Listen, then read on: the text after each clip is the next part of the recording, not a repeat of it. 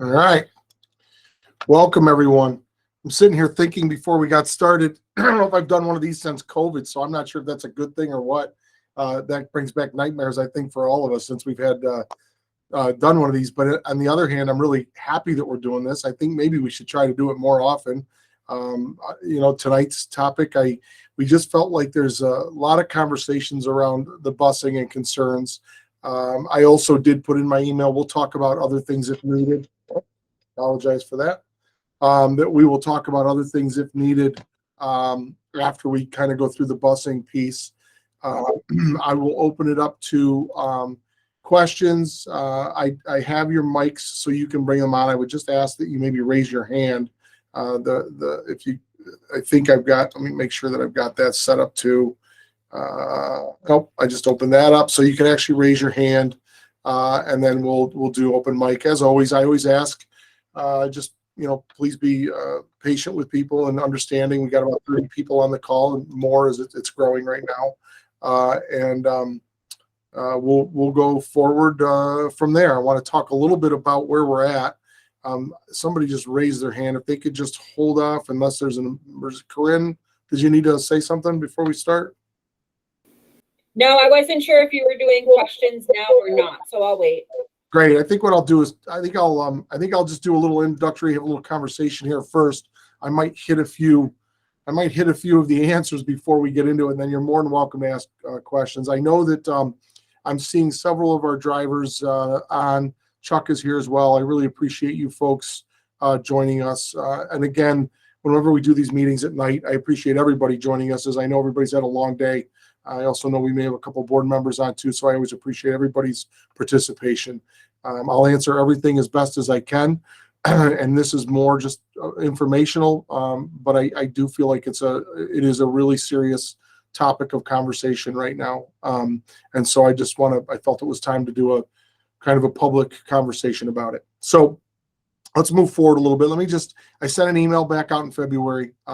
We had a few unfortunate things with some drivers here, and it put us in a shortage. We've done this with COVID. We had a time, if you'll remember, that we did have it go through the bus garage, and we actually had to go remote due to that. So we were able to do that. I think all of us on screen here can agree. Remote is the absolute last option anymore. We really know that this is not good for kids to be on screen to try to learn all day long. It's very, very difficult. So I want you to know that our number one goal is to really push to make sure we are in school. And that goes for in all aspects right now. It's just the virtual is a last resort. So I want to make sure that everybody's really clear about that. But it's also a reality sometimes. So sometimes we can't control it. So we just have to be prepared for that. In my email, when we put it out, one of the things that I really appreciate Chuck and Tony at the bus garage and all of the drivers, including our mechanic, Dan, who drives for us. Everybody's been amazingly flexible right now with schedules. And we have a unique district in that, we are rural. We are not 5 minutes from BOCES. Our trips are lengthy. So it's not a matter of being able to just run kids one place, come back, pick up another group, go someplace else. It just isn't that easy. We've talked to Chuck about those options with some things, and it's just not feasible. I want people to understand that it's funny when you have a bus garage and it's a separate entity. Not everybody always understands how it works, and we have what I call, and Chuck, I may misspeak here, so I'll get told tomorrow if I do or not. I have what I call local routes, which the local routes are all of our routes to pick your kids up and basically bring them to school. Those are your local routes. So we go all over the district, and as you know, it's a large district, square mileage wise, and our kids come to school. We also have extra routes that we have because we have students and programs. And I think this is where sometimes people don't realize the complexity of a district, in that we have students and drivers that are committed to other trips that are lengthy. We have a bus that goes to GST BOCES, and that is down in Elmira. We have 2 buses that go up to TST BOCES. We have another driver that takes a van out all the way out past TC3. So to George, not past to TC. Well, we had one going to TC3. We don't anymore. It's out to George Junior. So though that takes a driver. There's no way to say, oh, we'll just have somebody else drive or do that. Whenever you're transporting students, that takes a driver. So when you have less drivers and you have 3 or 4 routes every day that are going other than just the local routes, you have to remember you got to take those drivers out of the mix. So one of the biggest questions that keeps coming to me is, when are we going to go back to one schedule? When are we going to go back to everybody back to school at 7:20? I don't know if we'll ever get there. I don't know if unless we have an influx of drivers that come in, we don't have enough drivers to have enough routes out on the road to pick up enough of your students and put everybody on the buses. So we may be here for a while with split schedules. And what happens is, basically, we're running about 9 runs for the elementary and 8 for the middle school, high school, because of the split hours. So that's 8 or 9 drivers instead of 12 or 14 that we need for the local routes. I hope that makes sense to you. And then don't forget, you've still got 3 or 4 other routes going out every day that really you can't count those routes. They leave at anywhere between, some of them those leave at 7:15, 7:30, and they don't, by the time they get back, it's 9:30, 10 o'clock from their drive. So there's a complexity to what happens in the bus garage, and it's not always seen by everybody. So I just wanted to really kind of set so people understand what we're doing. So just imagine when you're already running all of your drivers and all of your routes are full, and all of a sudden somebody goes down sick or something happens or COVID happened, all of those things, whatever it might be, a personal day, people have personal things and things that need to happen. Then what happens is, we now have to pull somebody from somewhere, and that's typically Chuck, Tanya, or Dan. Sometimes it's all 3. Lately, we've been pulling all 3 of them. So our main people who are in the bus garage trying to schedule, trying to work with kids, things that need to be done, routes that need to be covered, they're all doing that, which, when Dan has to drive as a mechanic, that takes him away from doing the job of mechanic and servicing our buses. So we've been working it out, but it's a lot of stress on everybody. So in the mix of doing this and the shortage, we started really seriously talking about what can we do if we get into this pinch when we're really down on drivers so that we don't have to go remote. What can we do? So one of the things that we challenged Chuck a little bit on was, are there some bus routes that we could combine somehow to get together? And we do have a natural route that we've done, and we've actually now done this. I'm going to say we've done it. I think I've ridden it twice. We've done it probably at least 5 or 6 times. And it's the BOCES bus. So what we've done is we have taken our career tech students that typically go separate from our all-day BOCES students, and we've combined that bus route. What that means is, we now have one bus leaving here at approximately 8 o'clock in the morning. There is a student on the way that needs to be picked up, and I'm only can say this because I actually have ridden this bus. And what that then happens is that after that student's picked up, it goes to BOCES. We unload 2 different places. One's for the career and tech students.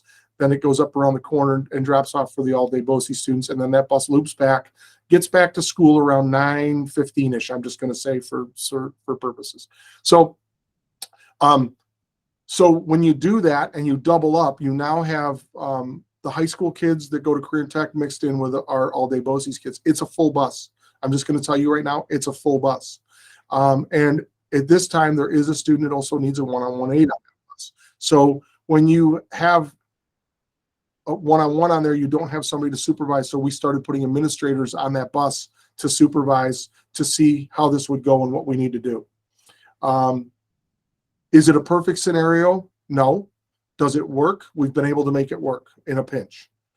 In the afternoon, it seems to be a bit more crowded because the afternoon students, we have to leave here about 1:50, 1:55, go up, pick up the students, wait for them. Everybody gets loaded. By the time we get out of there, we drop off the other student that's an all-day BOCES student on the way home, then come back to the bus garage. You don't get back till about 3:15, and that's about an hour and 20 minutes that somebody's out of the building. But it's a little more crowded on the way home because the afternoon career tech kids are juniors, and there's sometimes more juniors in that program that ride a bus. Some of our seniors in the morning drive, and that takes a little bit of pressure off of the bus in the morning because some of the seniors drive. And sometimes by senior year, we don't have as many students in career tech. A lot of variable things there. So we are now looking at options of, could we put an aide or an additional person on that bus all the time? It cannot be an administrator. It's too difficult to be out and try to also do the functions of the day. So we're trying to work on that right now to support the bus garage on, even if even if we don't combine that run, could we get some assistance on one of those, on the all-day BOCES bus with another aide to assist with? I think that's really important to try to support that. So we are diligently working right now on a plan. I'm meeting with, been meeting with Ruth, CSEA president, and with Ben Mueller, and Chuck and I just met today, and David Shaw. We've been having these conversations, what we can do and how we can make this work. And I think we're really close right now to being able to make that happen. If not by the end of this week, hopefully by definitely Monday. And that adds some safety issues for our bus driver and for our students. And that's the most important thing. So there's one area where we've learned we can consolidate. We can make this happen, and we can actually gain a driver there. The other part that comes in, the next move that comes in, is what's called a brownout. And that becomes a bit more complicated. So what you're basically doing is you're basically saying, look, in order for us to pick up a driver, because we're so short, we would need to, basically, a brownout is cancel a route for that day.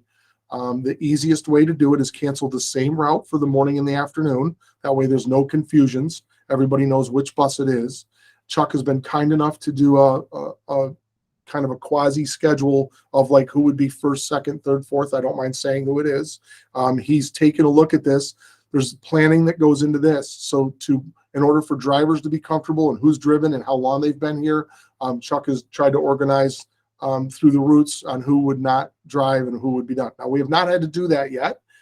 Chuck has somehow magically, with all of the drivers, worked it out so far, and we have combined that BOCES route, like I said, about 6 or 7 times, but we're able to not have a brownout at this point. But right now, if we did, bus C would be the first one to do a brownout, bus F would be second, and bus B, make sure I got my glasses, bus B would be third. And so what's that look like? Well, hopefully it would only be one bus a day, so you wouldn't have to do more than one to get a driver, and so we would rotate that. The thing that we would do is I would probably put out one of our school notifications so that you would know that your bus was going to be browned out as early as we could.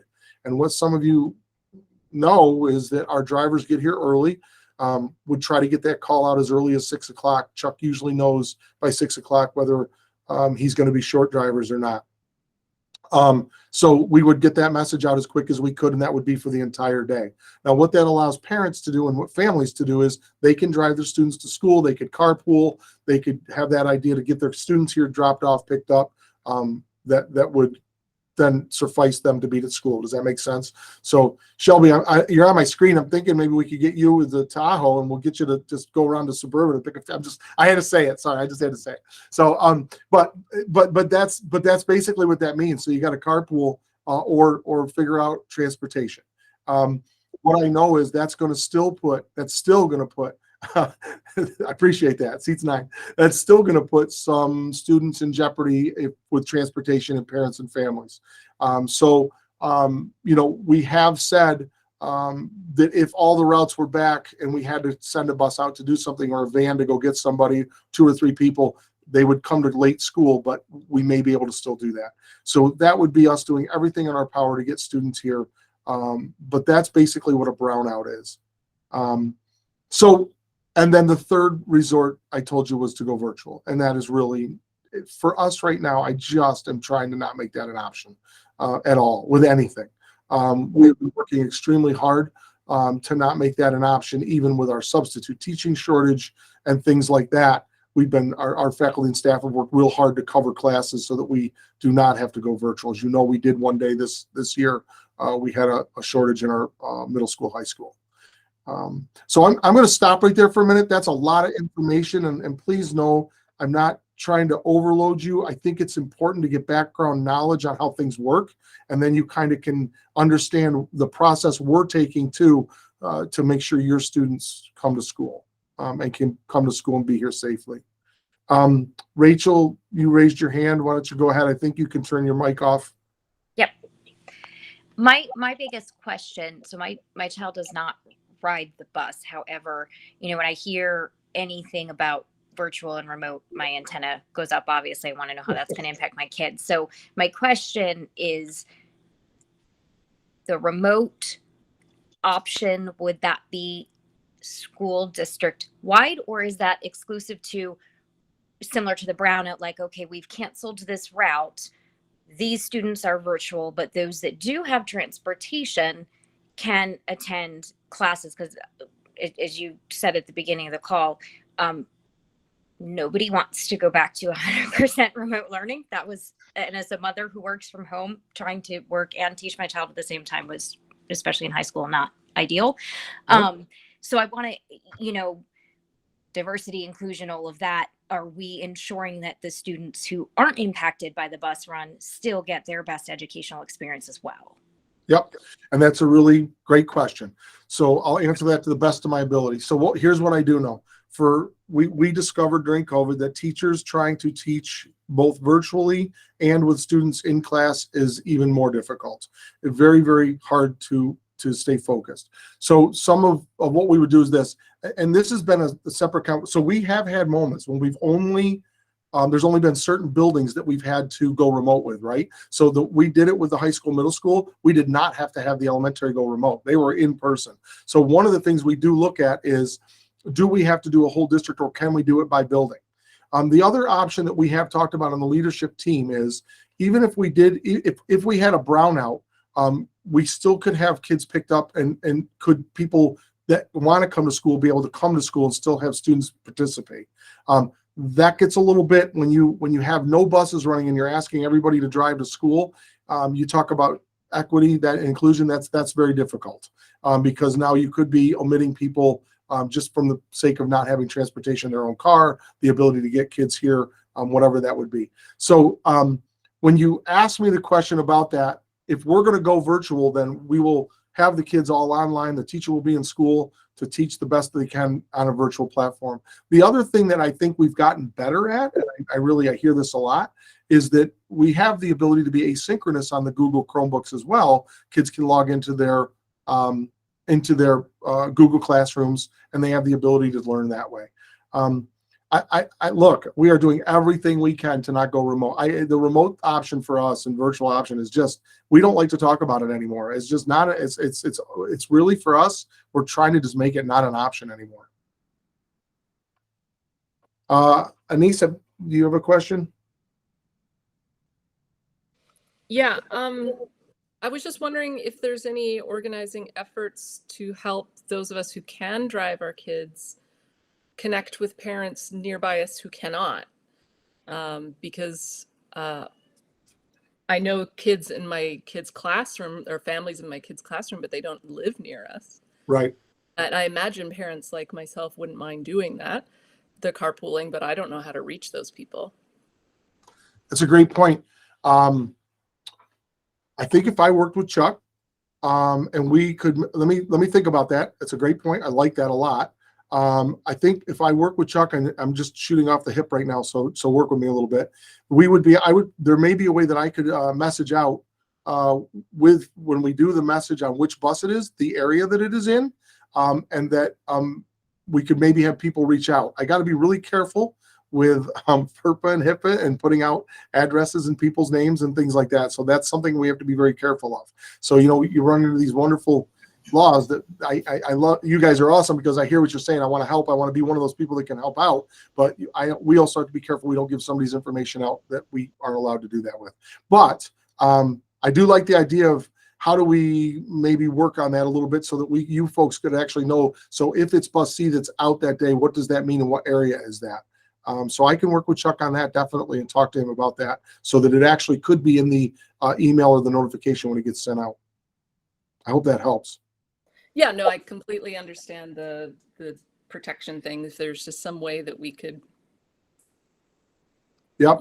create a number that forwards to be, I don't know. But yeah, I'm sure there'll be other people like me.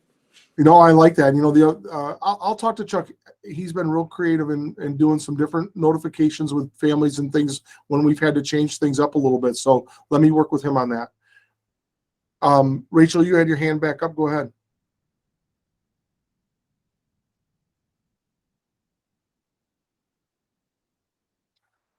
Oops. Rachel, did you have another question or no? Oh, yeah, sorry. I put my hand That's down, okay. but didn't take myself off mute. It was still piggybacking off of kind of the remote. And I actually am glad that question just came up because I was going to ask the same thing, how you create, a partnership amongst the community, because we are a small district. And I think that's very feasible to do if we can get beyond the laws. My question was related to, so if everything is virtual, I understand the reason for that. What is the impact still to you're still going to be taking people up to BOCES, to those extra classes.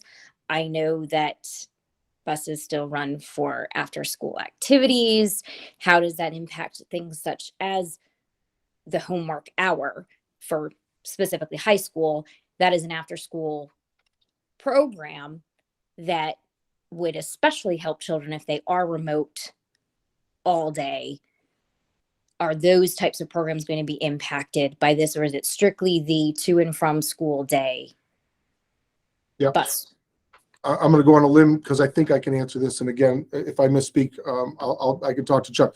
Typically, because it's 8 or 9 or actually 10 or 11 buses at a time that are out for the main routes, the after school things, typically buses are back by then. Those can still service. Those same drivers come back and drive again for those like the homework out, the sports, things like that. Does that make sense?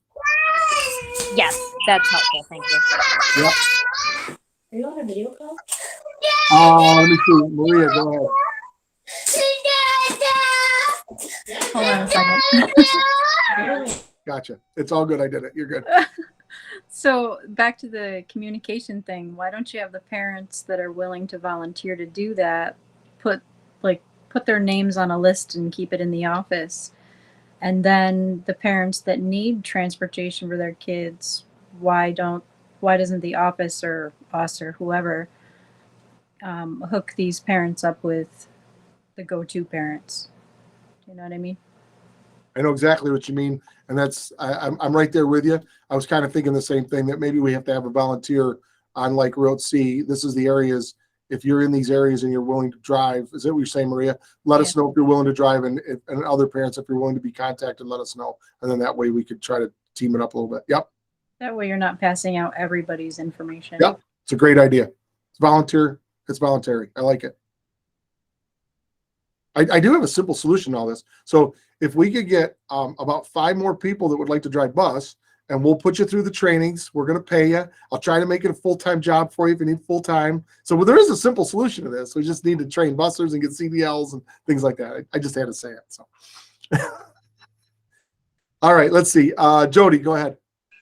I just had a question. I know back in the COVID days, you had asked if there were any parents that could be willing to bring their children to school. For instance, for us, we could. And if there's a handful of parents or enough parents that could do that you could rearrange bus routes to meet your needs, is that something that's been considered? Yeah, I think that kind of goes along with what Maria's saying, is if we had a list of people, and maybe that's what we need to do. Maybe we just need to do a canvas here a little bit for elementary, middle, and high on what they would look like. It would take us a little bit to put it together. I have to think about this a little bit. But if we already had that prearranged, we may be able to do that. Here's what I also know. Chuck and I have had many, many conversations about what if you combine here? Could you switch here? I'd like to say it sounds easy, because I thought so myself until I started talking to him one day, and it's not quite so easy to just shift things around, especially in a day, to move everything around and then everybody know what time they're going to get picked up. I think that's one of the things that happens is when the route changes, the times change for kids to be picked up. And if people don't know what time those buses are coming by. So there's a little bit of a complexity there with scheduling. I like what you're saying, Jody, and I think this kind of runs with exactly what we were talking about. If we had a list in the areas, could we somehow support that? And I will talk to Chuck about that, and we will see if that's a feasible thing. Maria, did you still want to say anything? Are you good or not? You had your hand up still. No, I think that's good. I mean, the more people we can get to volunteer for that, the better. Yeah. Yep. Let me see. Christina. Hi. I'm just chiming in on the same directory of phone numbers. Who used to do it was the PTA. That's why they were able to give out the information that the school is not able to do. I see Tim is also writing maybe a Google Docs survey release, but if it's coming from the district, that makes it a little different than if it's coming from the PTA. So I can't volunteer them, but but just saying it would work. Yeah, That's all I got. Thanks. thank you. Yeah, you know, the communication, and I appreciate Michelle saying something about the communication. We try really hard to do it as far in advance as we can. Don't forget, sometimes it's the morning of that we don't know if somebody's ill or something happens overnight. It's not always ill, you know, something can happen in the family. There could be emergencies. So we've been really trying to be as proactive as we can on those types of notifications. But sometimes it's difficult in the morning, and that call doesn't get out till 6 o'clock or so.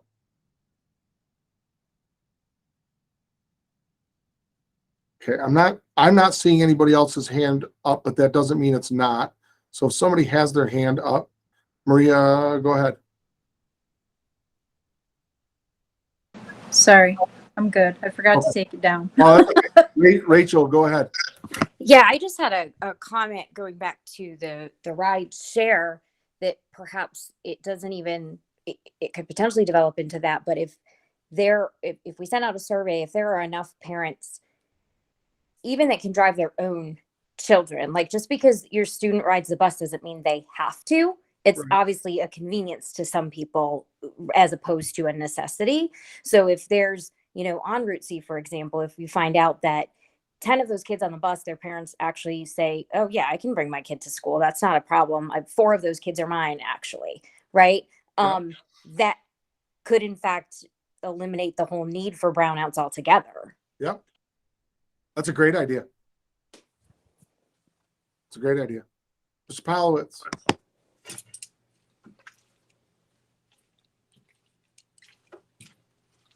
Mr. Palowitz, are you on there? Thought I saw your hand up. Yes, I am.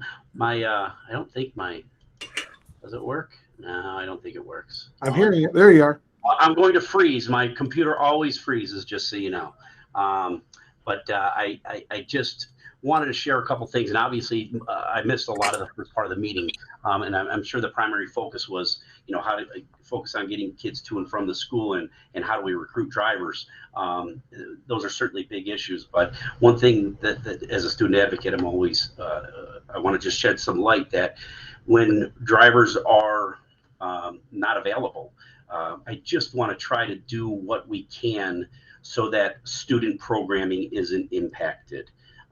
So there's been a couple times this year where, we've had students unable to stay their full day at BOCES. So they've missed several hours because we had to get the driver back in time to catch the early routes. So I understand we're in a certain challenging time, but we really can't have student programming impacted, or at least we ought to try to prioritize as much as we can, because having 11th graders running around the school for an hour and a half is a little bit crazy at times. So I just wanted to share that. And I've got a couple ideas if you and I want to talk about it. I just haven't had time today. So yeah, no, I'd love to hear it. And I agree with you. And as always, we're trying to do what we can to minimize any kind of loss of education and time with kids. And it has been a bit difficult and challenging a few times. So Corinne, go ahead, please. Thank you. I'm still struggling with the fact that you're having the high schoolers on a separate bus, because I have one in elementary and one in high school. So you're coming past the same house twice, as opposed to putting 2 kids on one bus. I appreciate that. The problem is, again, number of drivers. So it's about 12 buses when we do a 12 to 13, when we do a full district run, because of the numbers of kids on buses, that increases and goes way up. And so then we don't have enough drivers for everybody everywhere because of the other 3 or 4 routes. That ends up, we used to have about 15, 16 runs if you included everything all together. But that now we've been able to cut that down because of the split schedule. So I'm understanding correctly that there's too many kids if you put the high schoolers together, and that's why you're doing less routes. Correct. There's only Is that- 9. So there's 8 bus routes for middle school, high school during the 8 o'clock hour, or however you want to look at it.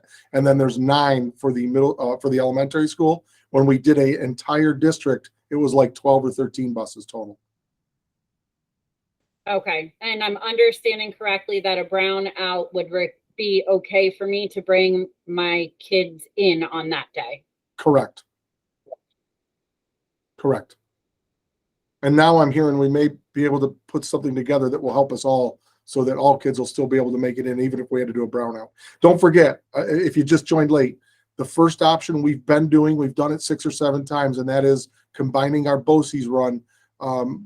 Again, not perfect, but works as long as we have enough adult hands on there to help and assist. And that's morning and afternoon, and we have done that, and it has worked. Christine? So with Corinne's kids, I actually do her elementary morning run. It would be way too many kids on the bus all at once. And I also do the BOCES route. So someone else has to do the high school route for that. If that helps. No, it does. Thank you. It does. I think that's what I was trying to set up before. It's very complex, and some drivers actually don't always do the same route either. The things get shifted. And not every driver knows every route. So Chuck also has to look at who's driven what and knows what when we have to make a shift. So it's very complex. Maria? So for somebody like Corinne, who has a child in elementary and high school, could the high schooler come in at the same time with the elementary? Like if she brought them in or whatever, if she had to do that, and have like a study hall in the morning in the cafeteria until they had to go to class. That way she didn't have to make 2 trips. Yes, I think if we had a brownout, we would be willing to work that out so that we could help parents that do have a split. Absolutely. So if you needed to come in at for an elementary student at 7:30, 7:40, you could then also drop off your high school or middle schooler. Absolutely.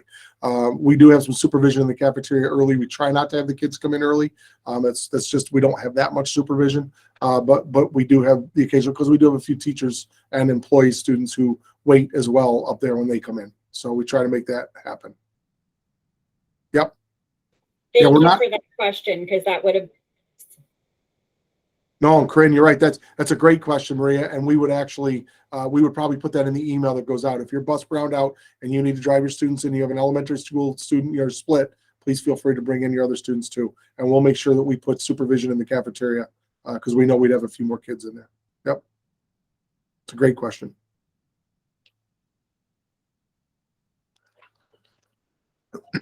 Anybody else? Okay, here comes the danger zone.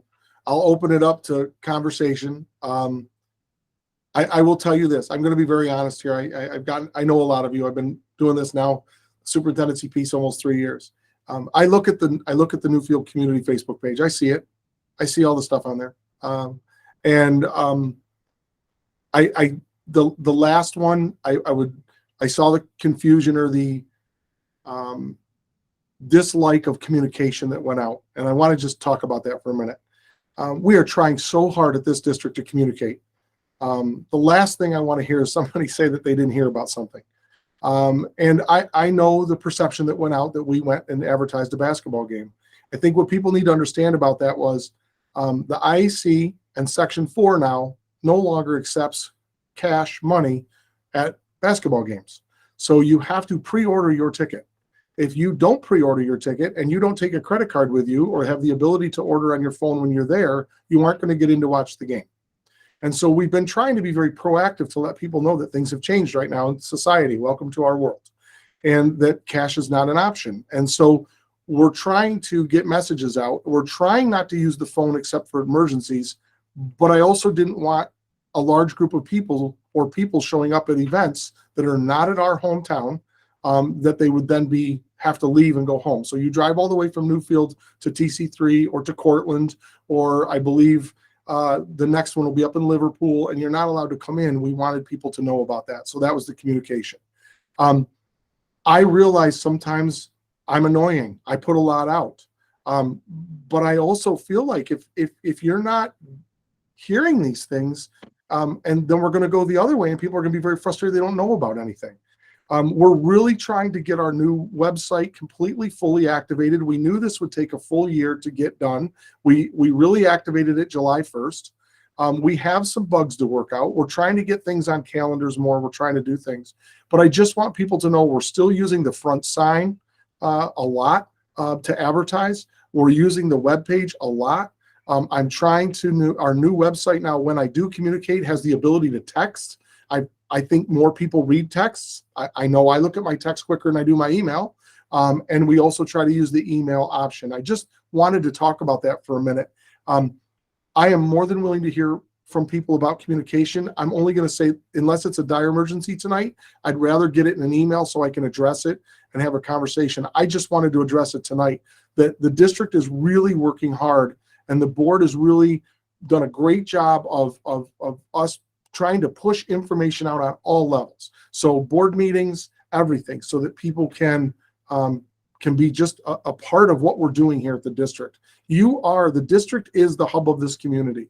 And we need to make sure that people can see that and feel that every day. Rachel, go ahead.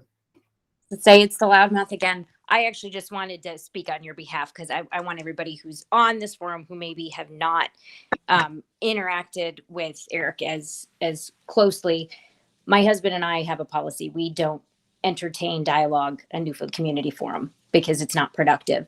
And I can tell you that anytime we've reached out to Eric with a specific question, he responds immediately and is conscientious about our concerns. And I think that everybody needs to understand that, because that's huge to me as a parent. That is not common, especially in a larger school district, to have somebody respond so closely and conscientiously. So I just wanted to actually give you, Eric, a shout out in the whole school, because I think you do a tremendous job communicating. Thanks. Appreciate it. Shelby? I actually have to piggyback on that and say I have that same positive experience with Pat Mahonik and Rick Polowitz as well, that anytime I've had any concern, I have immediately within 24 hours gotten some kind of response, even if it was just I saw your email, I don't have an answer, but I will get back to you by such and such a date. I've never had an issue, and I have 5 kids in the district, so they hear from me a lot. Thanks, Shelby. I do want to respond. I had Gordon threw up has the district posted bus driver positions? Are they available? Yes, we have driver positions posted everywhere. They're on the webpage. They're on the civil service webpage. They are all over. Stop in. We'll give you a test right now. It's all over the place. And so if somebody needs help, just call. Lori Owens in the district office will walk you through exactly what you need to do. And we're really working hard on also helping people to fill out applications, know where to go to look for things. What do you need? We try to make it so you don't have to make lots of trips. She does a ton of things through computer, email, scanning, faxing, so that you don't always have to drive in. So please know that any of our positions are really accessible, and Lori is a great resource for that. The other thing I want to tell people, I do want to put this plug out, and it's even if you folks talk to other people, we are very willing to take a look at it. If somebody wanted to drive part-time and do something else part-time, drivers do get insurance, just so you know. It's not about having to be a certain number of hours. That's one of the big benefits we've made sure happens. But the other part is if somebody says, well, I'd like an 8-hour job, or I only want to drive in the morning, but I'd like to do something until noon, or I can only drive in the afternoons and I'd like to do something after that. We are very willing to look, and we have positions right now that we could be flexible with and how we could add hours to people. We're trying to be, look, I've said this since I started here. I don't have a box. There are no walls in my world. We have to be looking at every opportunity for everybody in every situation, and everybody's is different. We just hired, and I'm not going to use a name, but we just hired a speech teacher, and she hadn't worked in a school before. So we worked out a 0.8 with her. It worked for her schedule. It worked for us, and it got our students off of the computer doing virtual, because that's not the best place for students to do speech. So we're willing to work with you. We want this to work. So tell people that it's not just about, well, all you do is drive bus. No, we have other options. We have other options. Got my plug in. Good for that one. I'm just looking to see if anything else. Tompkins County website. Thanks, Tim. Come on, Gordon. I thought I'd rope you into a job. That's what I was hoping. You're going to let me send you out an application. It's all good. Lori just put the link up in the for bus driver positions. Lori just threw the link up in the chat if you wanna just go look at it. So, and again, you can get a hold of us here. You can email myself or Lori. It's a great community. We have a great community here, folks. The thing that we know is, the COVID took us for a loop with our kids in the virtual piece, and we're going to work real hard to not make that happen. We want your kids here, and I love the suggestions we got, and that was part of why we needed to have this meeting tonight, is your suggestions will help us now look at some opportunities. Don't be surprised if you see a survey come out, so we can start to put some things together here in the near future to help us all out with our kids and be in school in person. Does anybody have anything else they'd like to add? You folks are amazing. We ended up with 49 people on. I really appreciate this for everybody taking time tonight, 45 minutes, and being able to come on and be a part of this is it's great for me. I think we need to do it more often. I'm talking about maybe starting to put some podcasts out, just so you know, we're getting into budget time. And I'm starting to think about maybe another way to reach people would maybe doing maybe some 10-minute, 5-10-minute podcasts on some different areas of the district that we're looking at. We have a construction project coming up that we're going to be looking at in 2 years. I'm looking at solar fields. We got to start expanding our thought process right now on how we're going to subsidize the cost to you folks as taxpayers. And some of those things are going to come and need to be done in different ways, shapes, and form than we used to do them in the good old days. So get ready to maybe hear and see some new things coming out. Appreciate all of you. Have a great Wednesday night and have a great rest of the week. Thank you all. Thank you.